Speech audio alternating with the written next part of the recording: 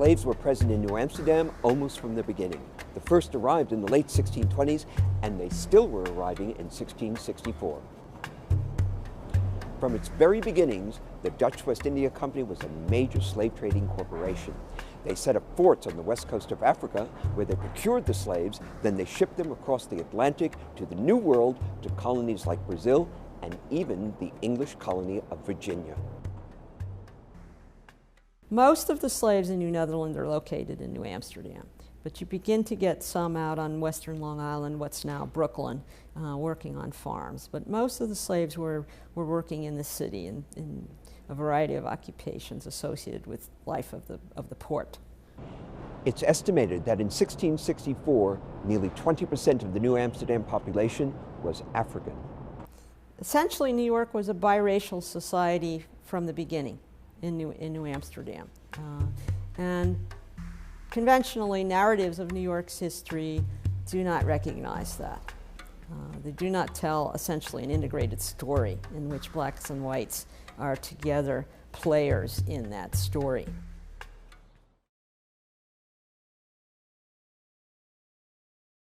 The New World.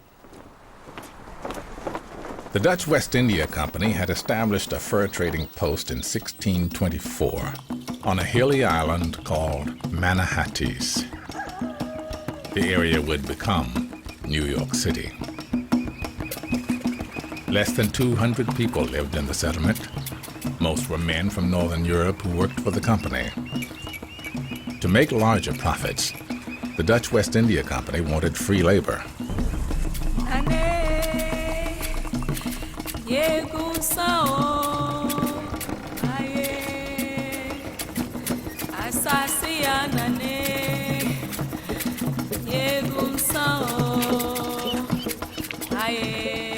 Free Africans had come to the New World with European explorers in the 1530s. English settlers in Jamestown, Virginia purchased 20 Africans from Dutch traders in 1619. 5 years later, the first enslaved Africans arrived in Dutch New Amsterdam. Their bondage began approximately 200 years of slavery in what would become America's northern states.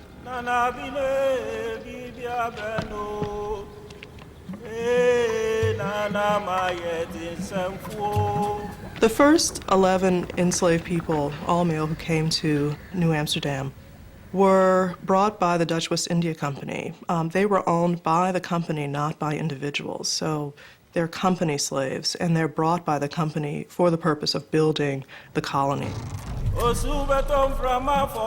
It was a very tumultuous period for African Americans in New York as well as everywhere else in the country. America was an emerging nation. It was not the superpower that we think of today. The economies were also diversifying. By the 19th century, slave labor was diminishing in the North, whereas it was growing and became quite valuable in the South. There are great differences among African American communities in terms of geography, whether you're in the North or in the South or in the West. In the North, the first state to abolish slavery is Vermont, and Vermont is 1777, followed by Pennsylvania and Massachusetts. New York was one of the largest slaveholding states in the United States, proportionally surpassing some of the southern states. By 1788, 4 in 10 New York families owned slaves. New York was one of the last states in the North to abolish slavery. It's a somewhat complicated procedure. In 1799, a gradual emancipation bill is passed, which says that slaves born before July 4th, 1799 are slaves for the rest of their lives. But people born into slavery after July 4, 1799 will be emancipated. In 1817, another bill gets passed that declares that people even enslaved before 1799 will be freed on July 4th, 1827. Finally, on July 4th, 1827, 28 years after the state's first emancipation bill, New York's African-American community celebrated their liberation. In all, about 10,000 people in New York State were set free. The position of the African American community remains very vexed, because you do have slave kidnappers coming from the South up north in pursuit of slaves who have escaped to the North. And the passage of the Fugitive Slave Act in 1850 meant that they could indeed legitimately go and catch slaves and bring them back. But the real problem is that the kidnappers would come up and were capable of seizing any black off the street and saying, oh, you're a slave, you're the slave of Mr. Johnson, whoever, and we're remanding you into slavery. And that person could protest and say, well, no, I'm free and I was born here free, etc. But if you didn't have your papers on you right then, or if you couldn't prove it right then and there, you were kidnapped and sent into slavery. And that was a process known as blackbirding. One great example is the case of Solomon Northrop, who was a free black and who was kidnapped and taken to the South and was 12 years a slave and lived to gain his freedom and to write that narrative.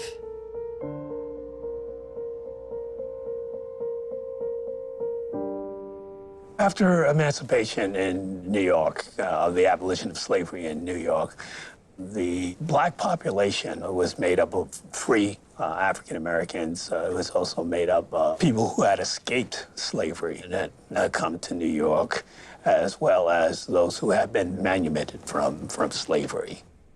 Throughout New York, free African Americans established their own communities.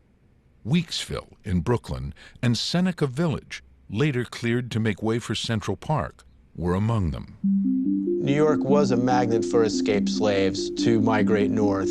What I'm really interested to find out is if this woman was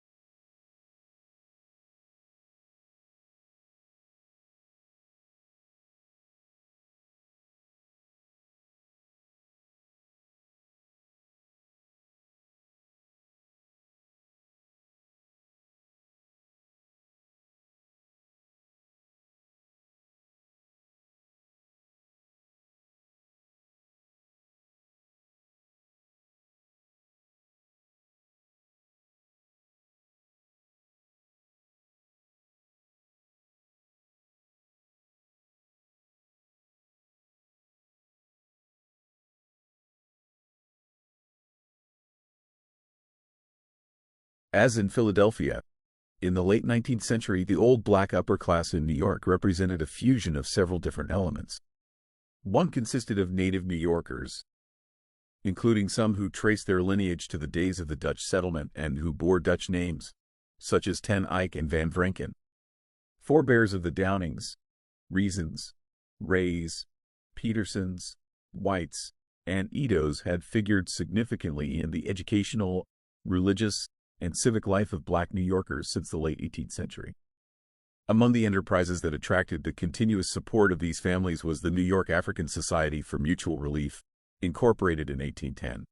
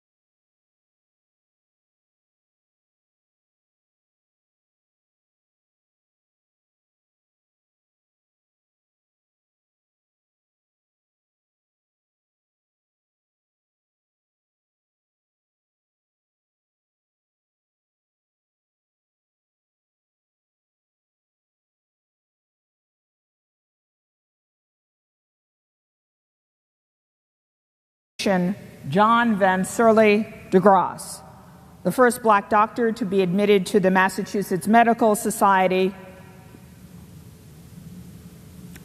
and I believe the first black surgeon in the Civil War. And is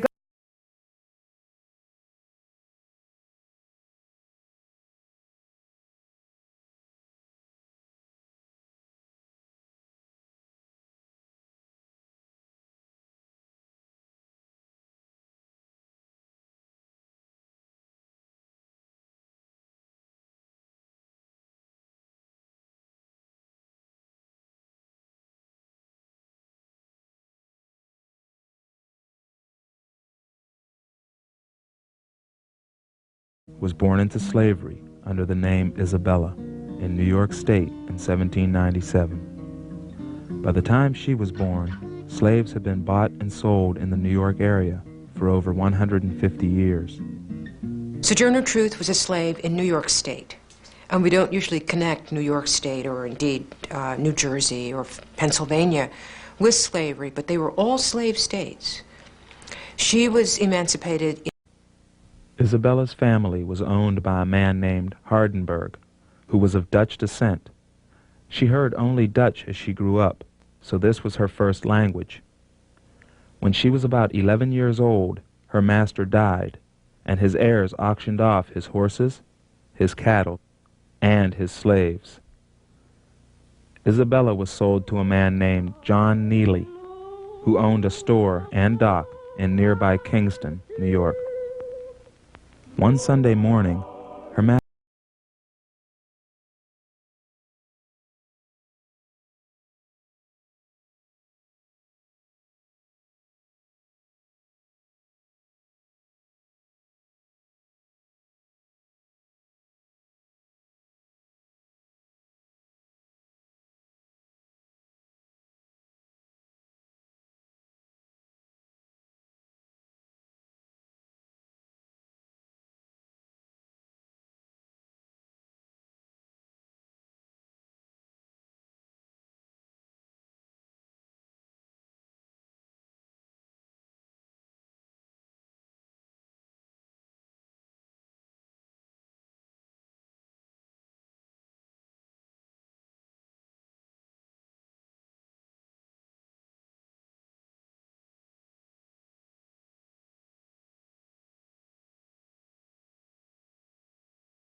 Thomas Downing, a man for all seasonings.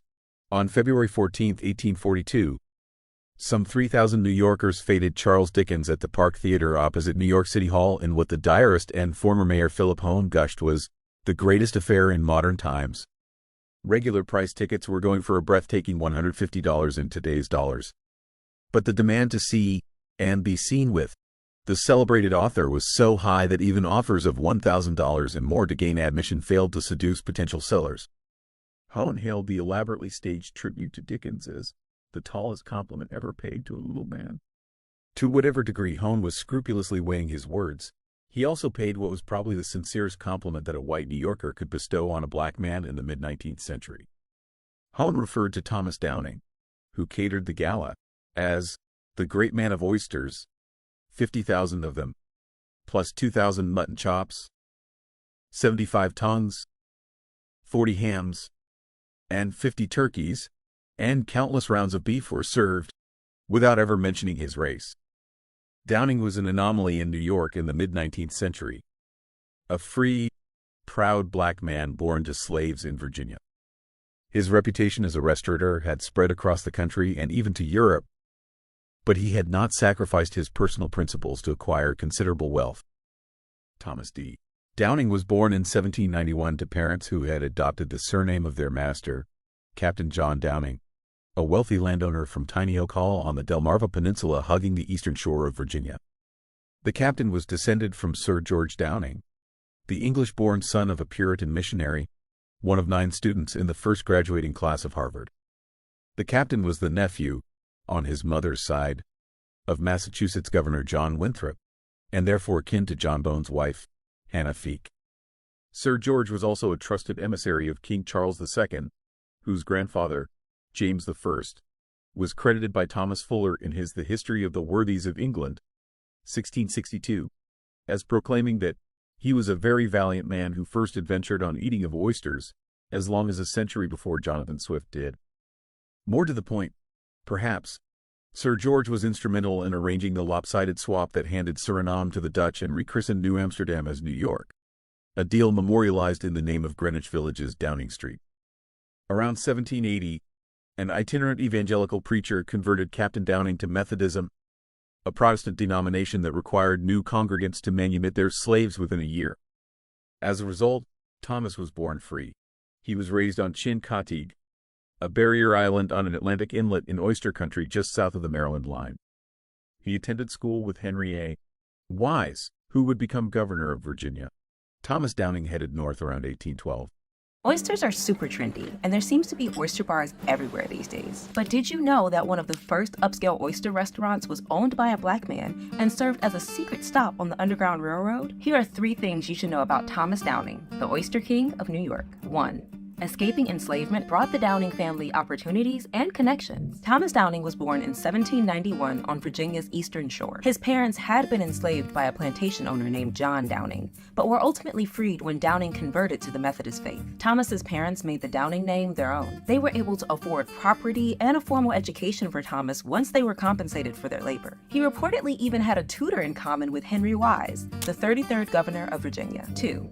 Queen Victoria was a Thomas Downing fan. Having grown up along the ocean shore, Downing's trade of choice was digging, raking, and tonging oysters. He moved to New York City in the 1820s and sold oysters on the street, during a time when the city was littered with oyster sellers more akin to dimly lit dives. In 1825, Downing opened Thomas Downing's Oyster House and elevated oyster dining. Downing served up creative oyster dishes to the city's elite. Politicians, military personnel, and business tycoons dined under his dazzling chandeliers. Oysters and fish sauce, turkey stuffed with oysters, stewed oysters, and other creations made Downing's restaurant famous. The Virginian pilot reported that Queen Victoria was so impressed with the oysters that he shipped her that she sent him a gold chronometer as a thank you gift. 3.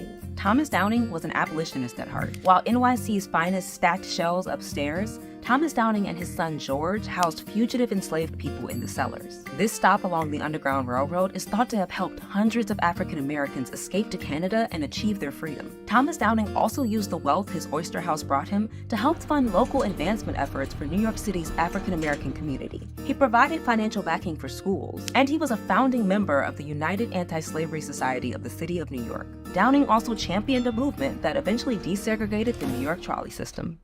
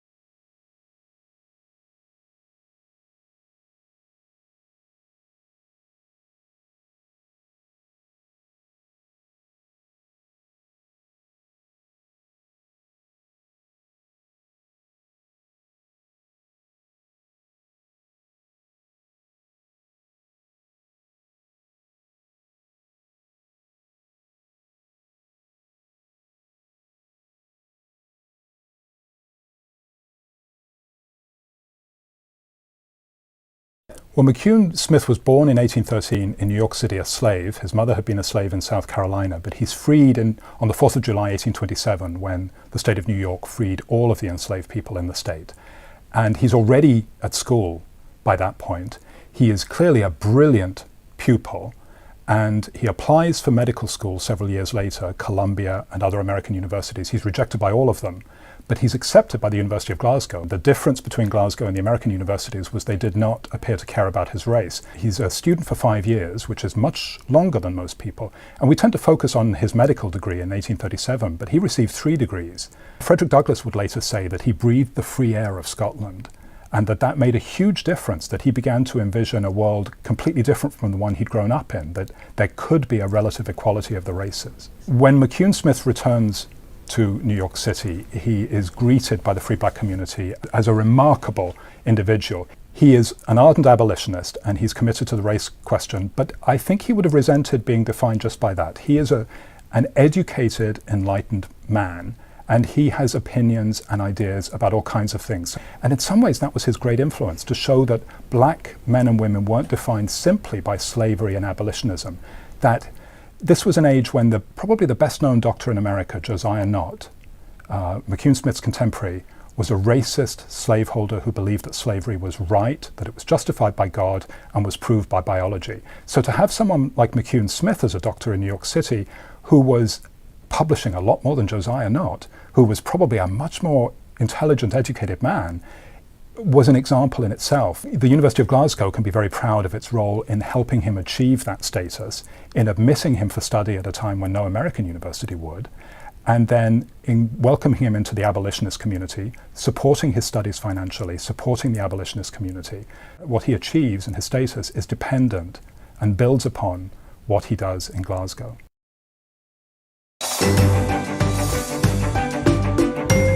Can you imagine having an ancestor who was one of the most prominent, I mean, regardless black, white, or otherwise, just one of the most prominent individuals in New York, and you don't know anything about that person because that person is black? You know, that is such a loss.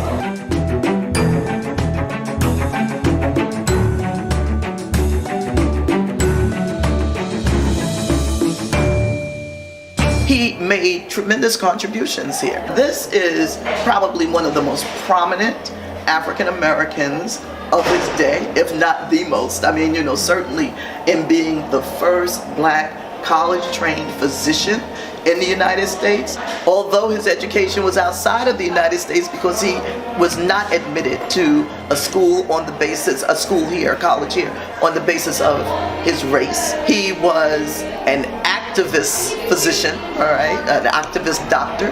He was very much involved with the abolitionist movement in New York City. He was the physician for the Colored Orphan Asylum. He ran a pharmacy, as far as I know, it's the first pharmacy owned by an African American here in the city.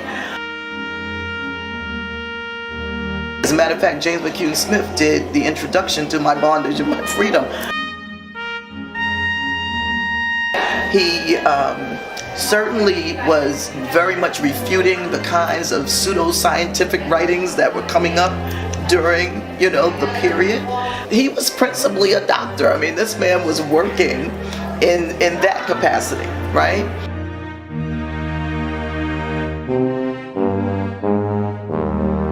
James McCune Smith believed that people needed to remain here, while others, like for a while certainly Henry Highland Garnett, who was one of his schoolmates, close friend and everything, believed that it's not going to work out here, that you need to go someplace else, especially with the Fugitive Slave Act, you know, of 1850, that allowed slave owners to come into the North to actually go after and reclaim enslaved people.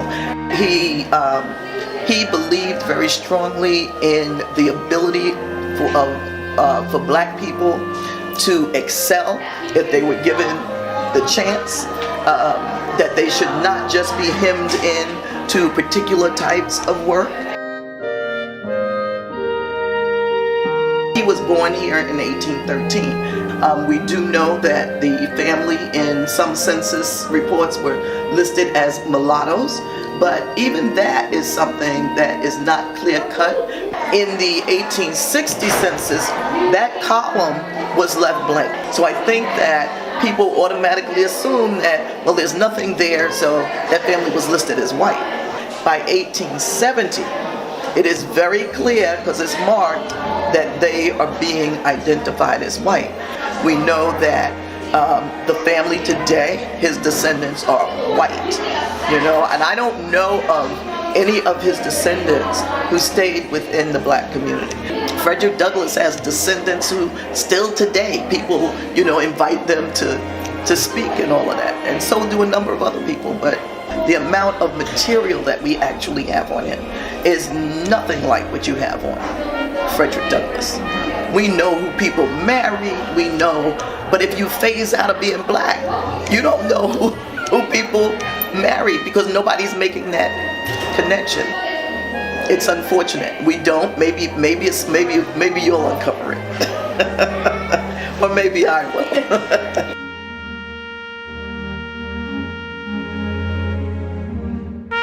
I think that people need to gain a sense of pride and self in understanding that against the odds, this man became a doctor, and not only that, but served his community, both as a physician, but also as a freedom fighter. It's not just enough for you to gain in your profession, but to also be centered in who you are and what you can do, what you can give back. And understanding that people did it in the past and they're still doing it. We're talking about James McCune Smith, but there are earlier people, there are later people who are centered right here in New York City. For me, this kind of knowledge and understanding and knowing about the place where you live, the kinds of contributions, you didn't just get here, your legacy is much, much broader than that. And it's not just a legacy for African Americans, but it's something for everybody to experience and understand. He really is somebody who deserves to be remembered.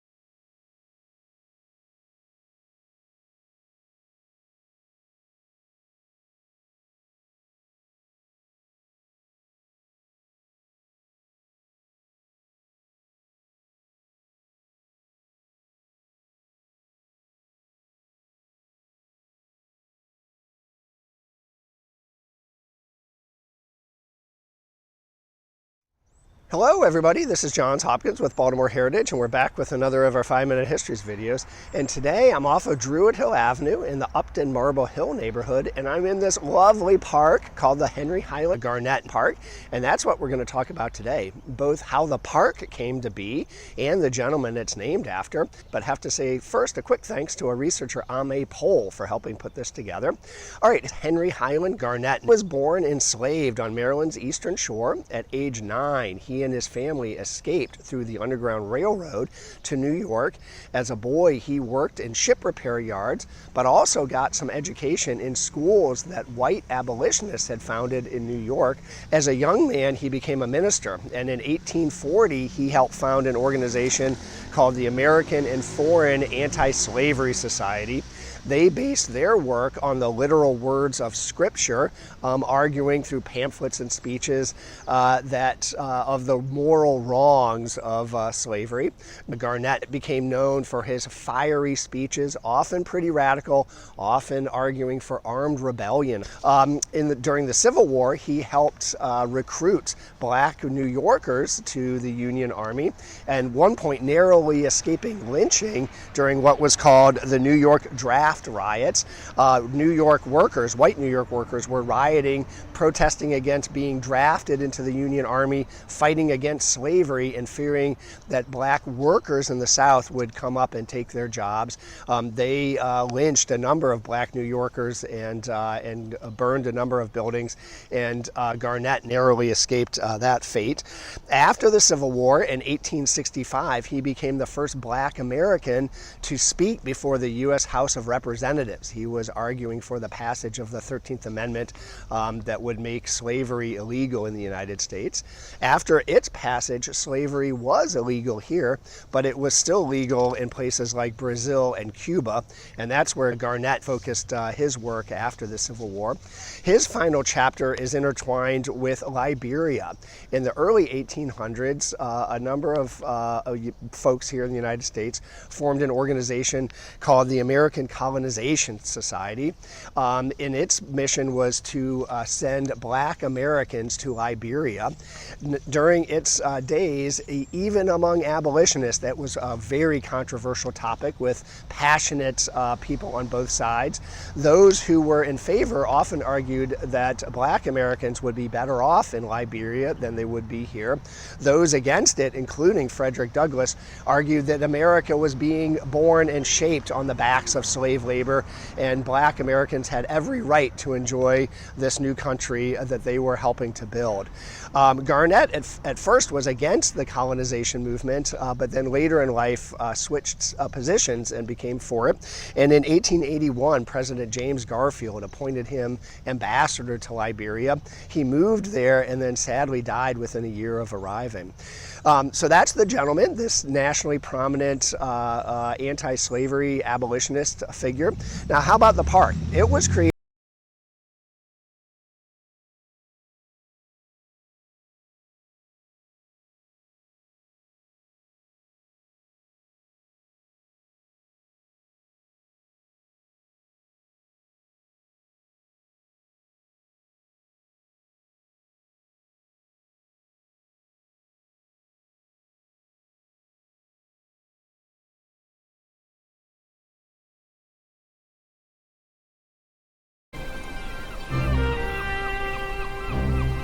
In the summer of 1841, a grand anti-slavery convention was held in Nantucket. I was induced to express the feelings inspired by the occasion and the fresh recollection of the scenes through which I had passed as a slave. The abolitionists that were there knew that they had this fugitive slave in the audience, and they asked Frederick, will you just stand up? Will you tell the audience what it was like to be enslaved? What shall I say of this experience?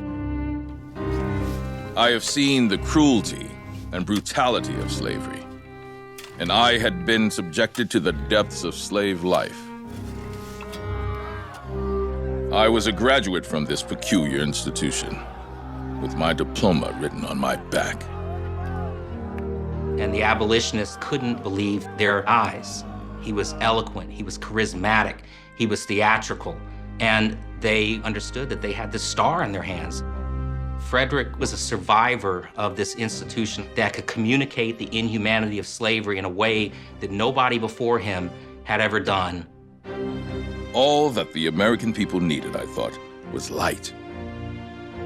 Could they know slavery as I knew it, they would hasten to the work of its extinction. More Americans heard Douglass speak than any other American in the 19th century, with the possible exception of Mark Twain. And it was significant that a former slave was famous. Frederick Douglass understood the power of his literature as a tactic of liberation. A man born enslaved who rose to become a man of growth, of self-mastery. That arc of a life, it means that anything is possible. Douglass was becoming various things across his life. He was becoming free and figuring out how to make himself a person who was not enslaved. He was becoming literate and becoming a person who had cultivated all sorts of knowledge that he could use in his politics. And what's most interesting is that he was becoming a person who could change what the nation was and help to eliminate the institution of slavery. Frederick Douglass has a very clear idea of what becoming means. He is becoming an orator, he's becoming a world leader, he's becoming a statesman. And for him, becoming is an ever unfolding process that he sees as self-creation.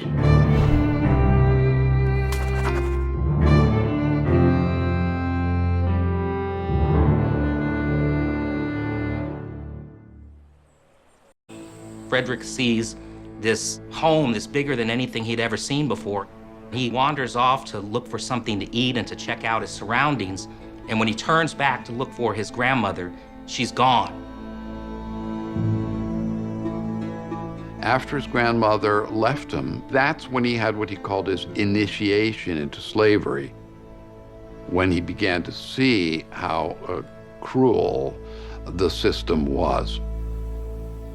I have often been awakened at the dawn of day by the most heart-rending shrieks of atrocious cruelty. My master's savage barbarity was equaled only by the consummate coolness with which he committed the grossest and most savage deeds upon the slaves under his charge. One of the first things that he saw was the whipping of his own aunt. The louder she screamed, the harder he whipped.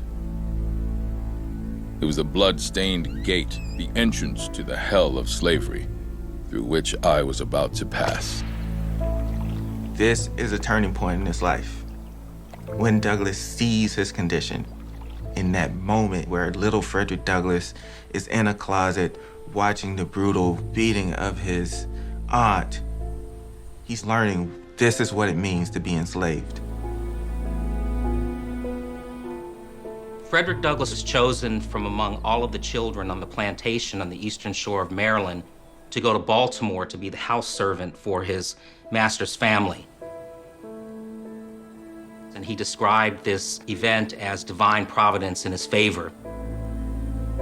There were a number of slave children that might have been sent from the plantation to Baltimore.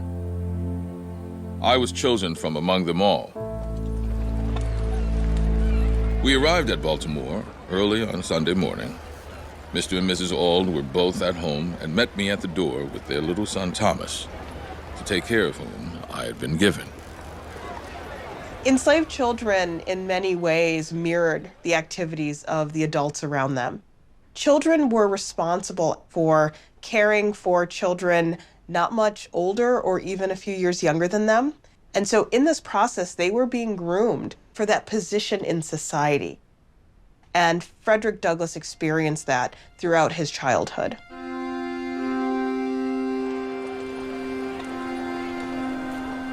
Mrs. Hugh Auld doesn't really understand that to keep someone enslaved, you have to treat them as a non-human being, because they've never had a slave before. They're new to slavery. So she starts teaching Douglass how to read. And Hugh Auld catches him and is incensed. And he says, if you teach him how to read, he will no longer be fit for enslavement. And Frederick heard that message loud and clear, and he looked at his enslaver and he thought, if you don't want me to have this, I'm going to do everything in my power to gain it. Wise as Mr. Auld was, he evidently underrated my comprehension, and the very determination which he expressed to keep me in ignorance only rendered me the more resolute in seeking intelligence. He lived in a neighborhood in Baltimore with a number of comparatively poor immigrant boys, and Sophia Auld would make biscuits, and he would fill his pockets with biscuits and trade biscuits for words, asking the boys who were learning how to read what they meant. And from them, he learned how to read, he learned how to write. He took some chalk and he would practice his handwriting on the streets of Baltimore. And that's how he learned how to read and write. Literacy became a kind of gateway, an inflection point for him, right? Learning to read was about access to literally reading words on the page, but it was also access to knowledge. So one of the books he mentions again and again is The Columbian Orator. The two main books that Douglass read were, one, the Bible. The other book that he read was The Columbian Orator, which is a collection of speeches designed for young boys who didn't have the privilege of formal education to help them become effective speakers and writers. In that text, he encounters a dialogue between an enslaved person and his enslaver, where he sees this enslaved person reason with the enslaver and point by point dismantle all the justifications for enslavement. The master was vanquished at every turn in the argument, and he generously and meekly emancipates the slave, with his best wishes for his prosperity. And I could not help feeling that the day might come when the well-directed answers made by the slave to the master would find their counterpart in myself. He notes that when they worked him from sunup to sundown so that he was too exhausted to think, those were the times when he couldn't actually process his condition. But the minute he has a moment to reflect, a moment to read or to stare out on the Chesapeake, those are the moments when Douglass sees his condition and recognizes, I'm not just enslaved, I'm a slave for life. Like, what does that mean? And he would just look at the tall ships coming and going, and their sails look like angels or ghosts floating in the air. And he would just ask himself, why am I a slave? Why am I in this hot hell when the gallant ships go all over the habitable globe and I'm here in this bondage? Oh, if I was free, if I could fly, if I could swim, I'd run away. Just 100 miles north, I'd be free. I'd get on a boat and I'll set it adrift, and this bay shall yet bear me to freedom.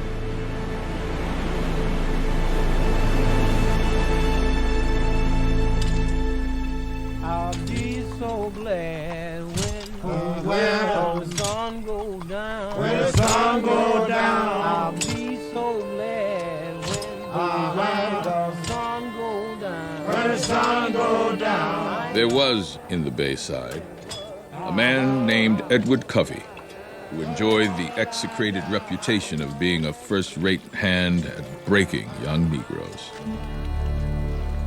If at any one time of my life I was made to drink the bitterest dregs of slavery, that time was during my stay with Mr. Covey.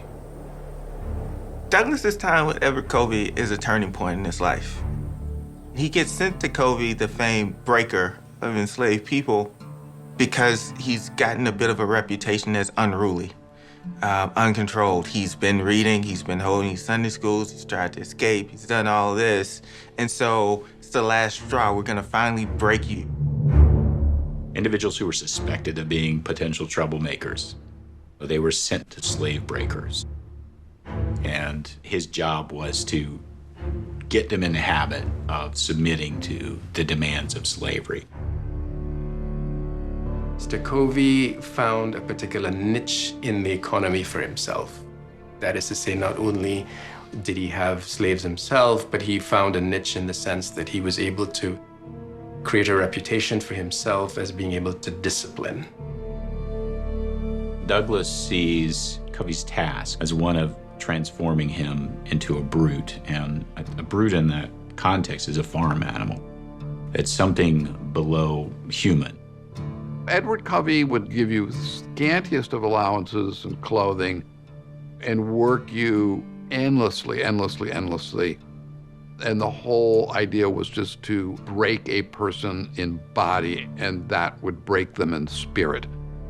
I had brought my mind to a firm resolve to obey every order, however unreasonable. And if Mr. Covey should then undertake to beat me, I would defend and protect myself to the best of my ability. For those several months, Covey gave Douglas his full attention. So whenever Douglas was working in the field, Covey found some fault with his work and would harass him and shout at him and on multiple occasions beat him. After 6 months of taking these brutal beatings, Frederick had enough. He and Covey had this epic 2-hour battle that was more of a wrestling match than a fisticuffs, because Frederick understood that he needed to use his mind and be strategic.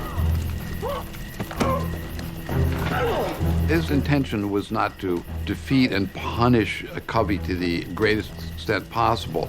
It was simply to draw a line and say, if you try to come after me physically, this is what you are going to get. Covey himself was in a bit of a precarious spot. He had the reputation as the slave breaker. And so to retaliate in a way that was visible, as in I could not break Douglas, therefore I had to kill him, was against Covey's best interests. This battle with Mr. Covey was the turning point in my life as a slave. It rekindled in my breast the smoldering embers of liberty. I was nothing before. I was a man now.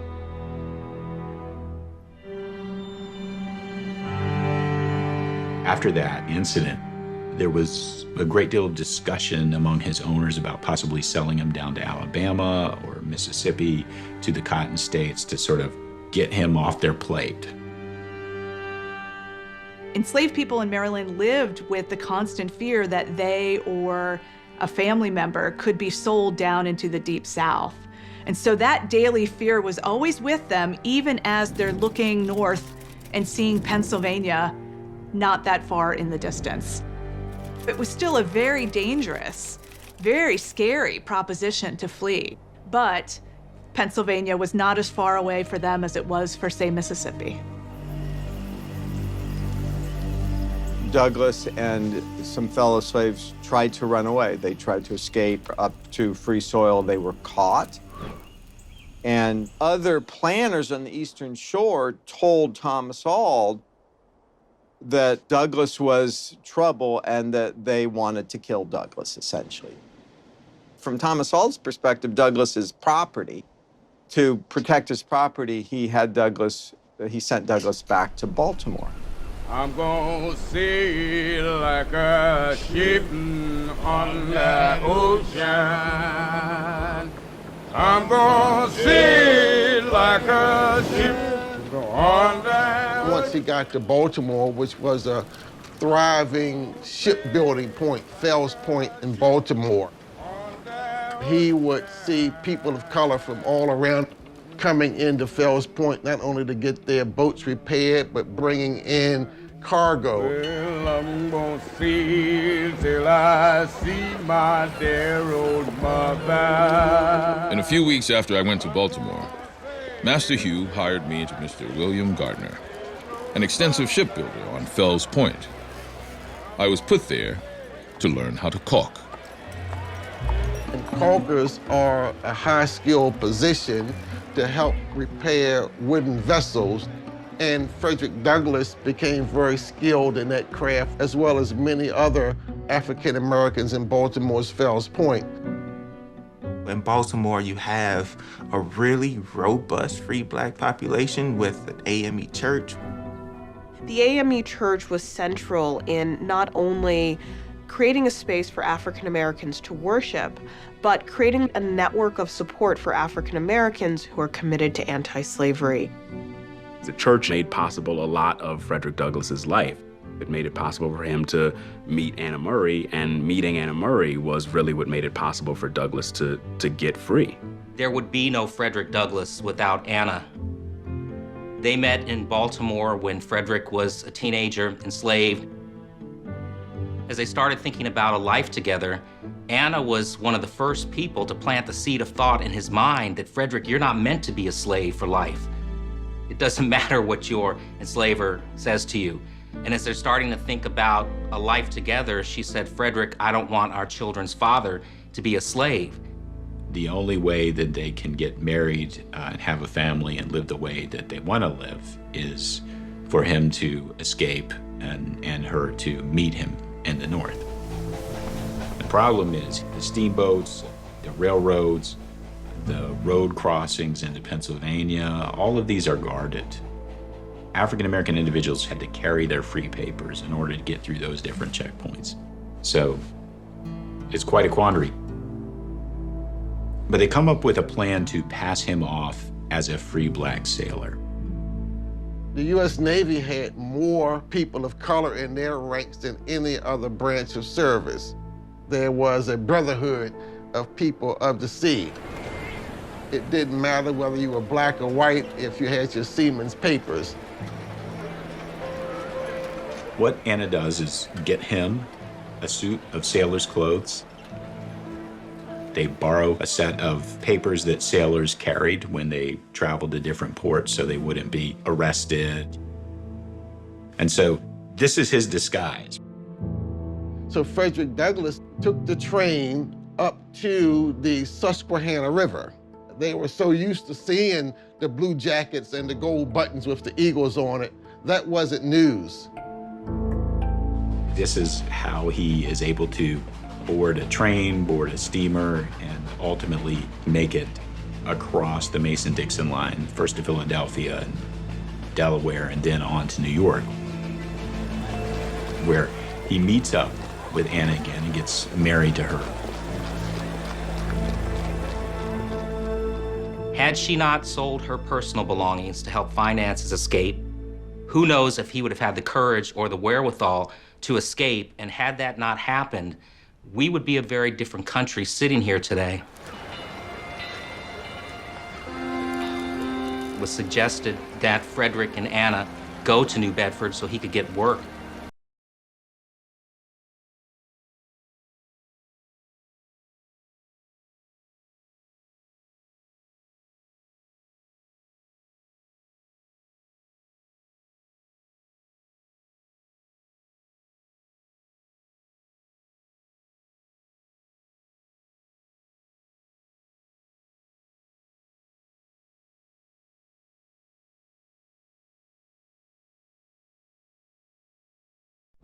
New York City was not only a critical port in the transatlantic slave trade, resulting in the trafficking and sale of thousands of kidnapped Africans on Wall Street, but almost 50% of New Yorkers in 1730 personally enslaved black people, a higher percentage than any colonial city except Charleston, South Carolina.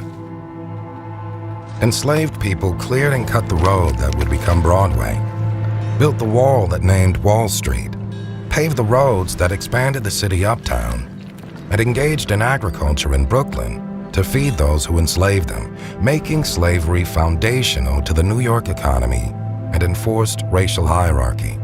After the Civil War, New York's Governor Horatio Seymour would run for President of the United States, declaring, "This is a white man's country. Let white men rule."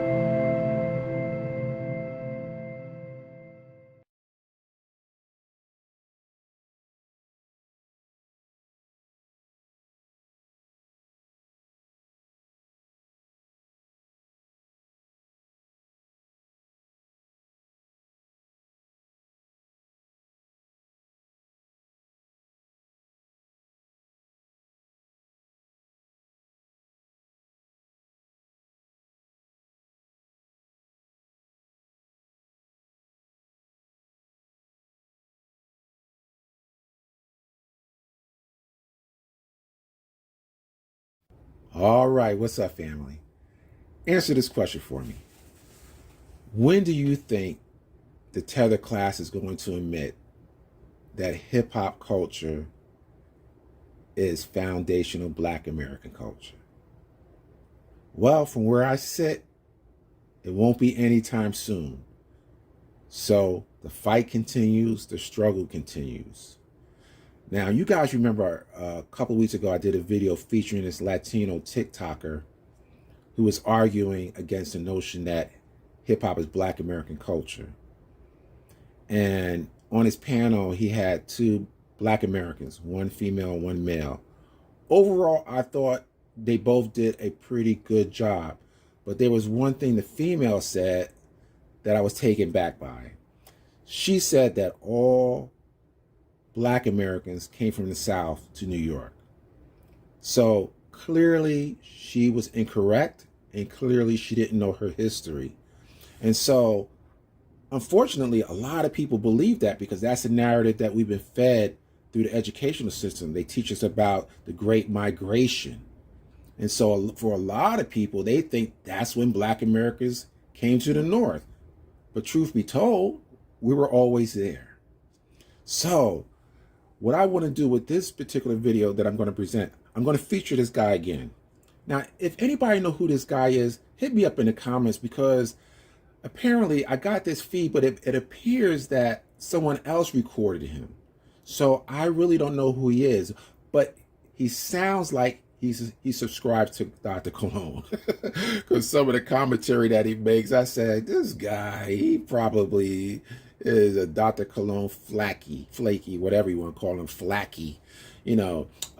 So yeah, hit me up in the comments, man, and let me know who this guy is. And so again, let me get back to what I really want to talk about. I'm going to use some of the information in this particular video that he's just did not too long ago, and I'm going to use some documentation to rebut the false claims that he is making, some documentation to rebut the claims that members of the tether class on his panel is making. So this could be a teachable moment for all of us. So without further ado, let's get into this video. Started hating on people like Beyonce because, you know, oh, she don't belong in country. Like, you guys are starting to sound just like that, and that's how y'all treat the Latinos. Like, why is it that in 2024 Latinos are still seen as the immigrants when we've been foundational in this country for over more than 100 years? Like, seriously. And then if you include the Puerto Rican status as a territorial commonwealth, they're not immigrants. They were in the city of New York for a good 100 years before the inception of hip hop. The Puerto Rican flag, I don't know if you guys... Puerto Ricans have been here before the Great Migration. The Puerto Rican flag, before blacks even came to the Northeast. Right. Like in great numbers, Puerto Ricans and Cubans. Right. The Puerto Rican flag was sanctioned in New York City by expats that were... Man, we not even maybe 1 minute into the video and already false information. Now, this guy says that Puerto Ricans are foundational, like they were here in big numbers. Let's look at the actual numbers. This is according to U.S. Census, all right? From 1910 to 1930. 1910, at the beginning of the 20th century, there was 1,513 Puerto Ricans. 1920, 11,811 Puerto Ricans. 1930, 52,774 Puerto Ricans. So let's do a contrast. Let's look at the numbers of African Americans. 1910, 91,709 foundational Black Americans in New York City to their measly 1,513. Look at 1920, 152,467. 1930, 327,706. How could they be foundational? There was just a measly amount of Puerto Ricans here in the early 20th century. The largest percentage came after World War II. Now, the tether also said that Puerto Ricans were here before Black Americans, right? And the host agrees. This shows you that our educational system has failed us, because if he believes that, he knows nothing about the history of this country. All right? Even the Black American who was on the panel didn't even rebut that because he didn't know. So let's look at the history of New York City amongst the African American population. I'm not sure if many people ever heard of Seneca Village. Well, that was a community of mostly Black Americans, newly freed slaves. Remember, I don't know if you remember this or know this, slavery ended in the North in 1827. And because of that, Black Americans were on their own to make their way. All right? And so they couldn't live downtown because of all the racism that they experienced downtown. And so they made their way uptown near 86th Street, which we now know is Central Park. And they set up a community that we now know is Seneca Village. It was a well-run community. They had churches, they had stores, they had everything that you need in order to have a functioning community. And believe it or not, by the standards of that time, those Black Americans who could buy a home were considered basically middle class by the standards of that time. But like most of American history, white people have a hard time dealing with Black success. And so eventually they decided to disenfranchise them through voting. They used to vote, but they put in some weird calculus in terms of how much your house has to be worth in order to vote. And needless to say, Black Americans didn't meet that criteria. So they were denied the vote when they initially were. Okay, now the next thing happened. The city wanted to create a park. So what better way to do it than to get rid of the Black population downtown, not downtown, but now uptown. And so that's what they did. They implemented what we now know as eminent domain. Yes, they paid some of these homeowners some money, but clearly it wasn't enough because the objective was just to get these Negroes out of there. And they did. So when you look at the history of this country, all over this country, there's been successful communities of Black Americans trying to get on with their lives, trying to lead a productive life. And whenever it appears that they're doing well, rest assured, there's going to be some white people who are going to see that that success is stopped. So this is what we're talking about, white supremacy. So I need you guys to truly understand, we were here in the Northeast for a long time. Don't let nobody tell you any different. All right, let's get into some more history. Some important facts that people just don't know. That Wall Street was the center of the slave trade. All right, let's talk about that little bit of that history. New York, the end of Wall Street. There's often an argument that slavery never existed in New York City. This sign shows that this is where the edge of the wall stood. This was the wall that kept, quote unquote, the Native Americans out. This was not only a barrier, but at the edge was where a market stood.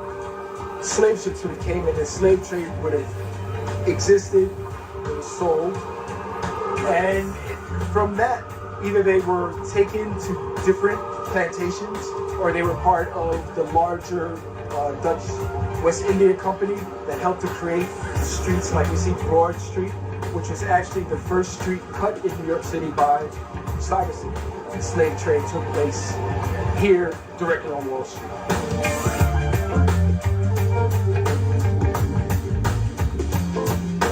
Kevin, we're now where Wall Street actually meets the East River. What's so important about this very spot? This is where the slave ships landed. This is where the slaves were brought in. And further in is where they were sold.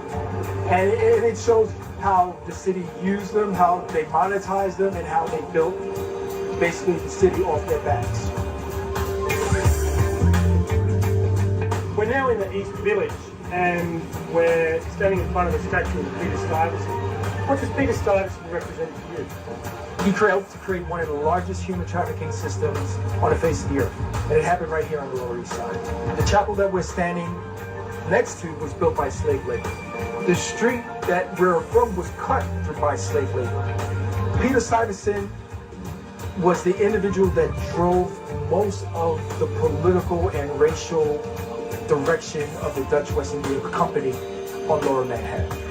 So to my brother, my Latino brother, who thinks he knows more about our history than we do, I hope you learned something. Hopefully you'll see this video and get some education.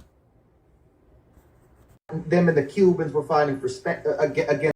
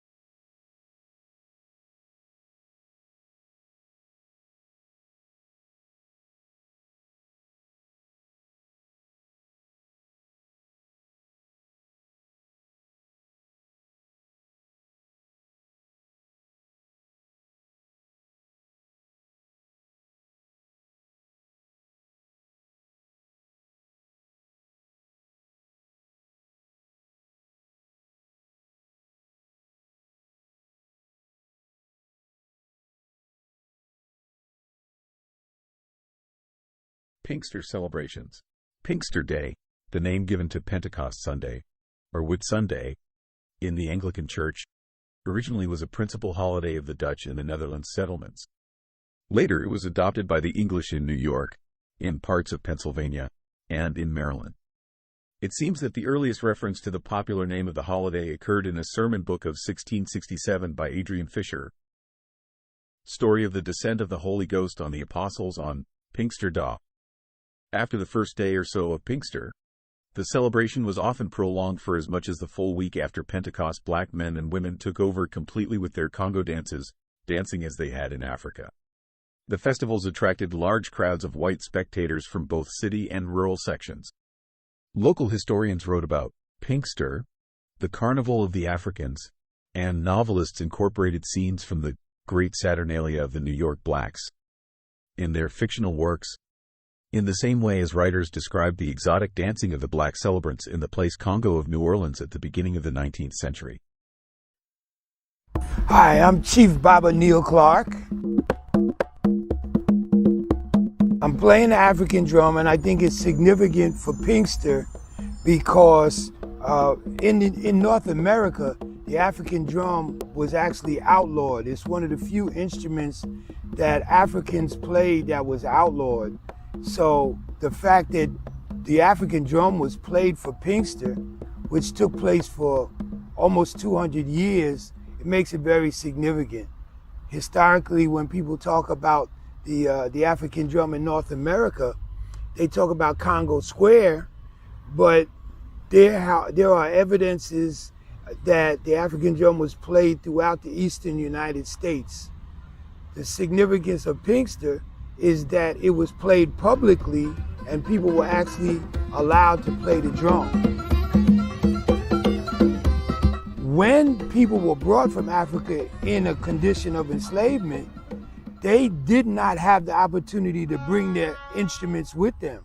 So they had to go about recreating their instruments when they arrived here.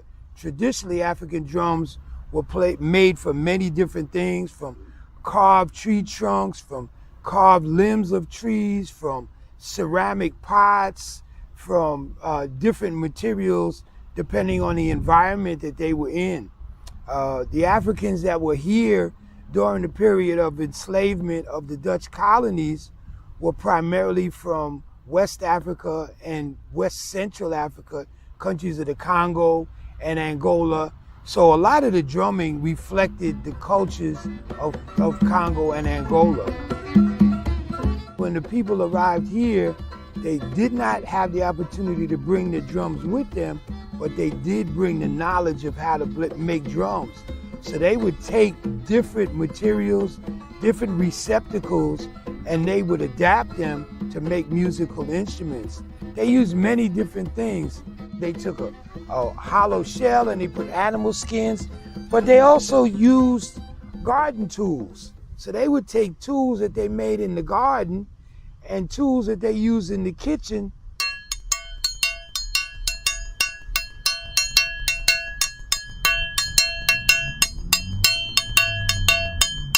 So they had many different kinds of percussion instruments that they would use, but the drum in particular is probably the most sophisticated of the African musical instruments that people were playing.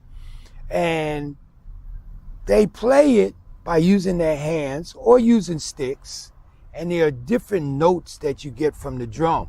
So you have 5 basic notes. You have a bass, you have a tone, you have a slap,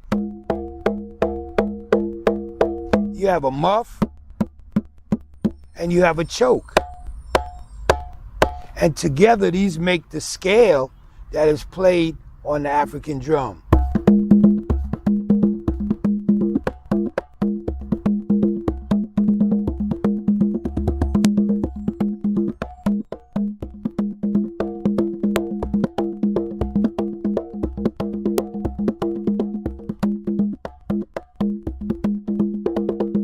The rhythms would be in the moment. Now, depending on where the individuals came from, they would play rhythms that were reflective of the region. So we don't have any recordings of that time. So we don't really know. And music is a very amorphous and evolving activity. So just like we know we have music from different eras here, you have music that is no longer played at that time. But so the music is language. It has everything to do with the language that people speak. and it has everything to do with the dances that people do, and that would be the inspiration for what was being played. But, you know, we could have a rhythm that sounds like,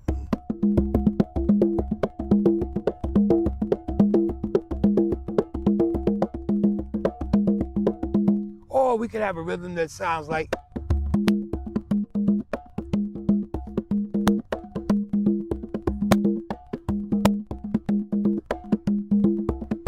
or we could have a rhythm that sounds like,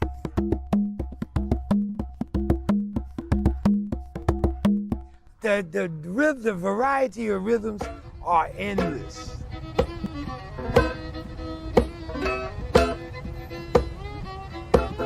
Pinkster took on many different forms because, again, we have to remember that people who were enslaved were required to work all of the time for free. So Pinkster was an opportunity when their owners would go to church on Sunday. The following Monday is when the Pinkster festivals would begin. And depending on where it was located in the Hudson River Valley, sometimes it would be for a day, sometimes it would be for a couple of days. Pinkster is documented to, in some places, have taken place for a week at a time. As a matter of fact, we know that in Albany, what we know as Capitol Hill in Albany was actually Pinkster Hill. And it was like a big fairground where they would clear the land and they would set up booths and they would have a dancing ground, and people would have the opportunity to sell surplus goods from their garden and the gardens that they grew, and items that they manufactured, like bags and things that they might have made that they would trade and sell during the Pinkster Festival.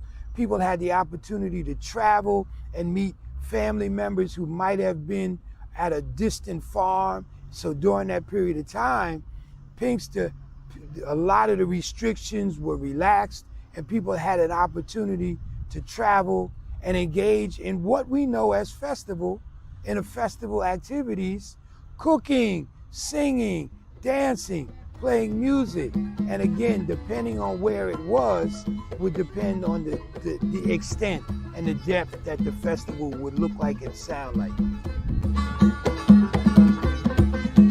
The Pinkster Festival was an opportunity for people who were enslaved at that time to have the freedom to go around, to move around, to play their music.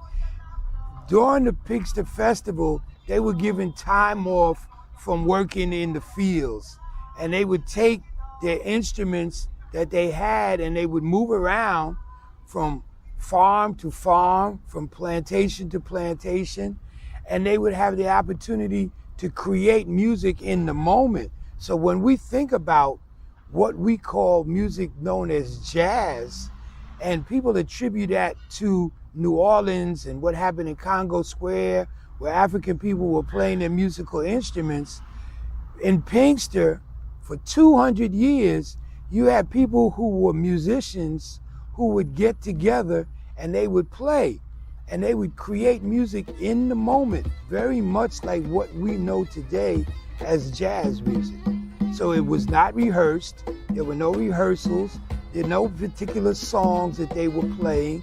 They would create artistically, musically, music in the moment for people to sing, for people to dance, and it was spontaneous. And this took place in the Hudson River Valley for close to 200 years.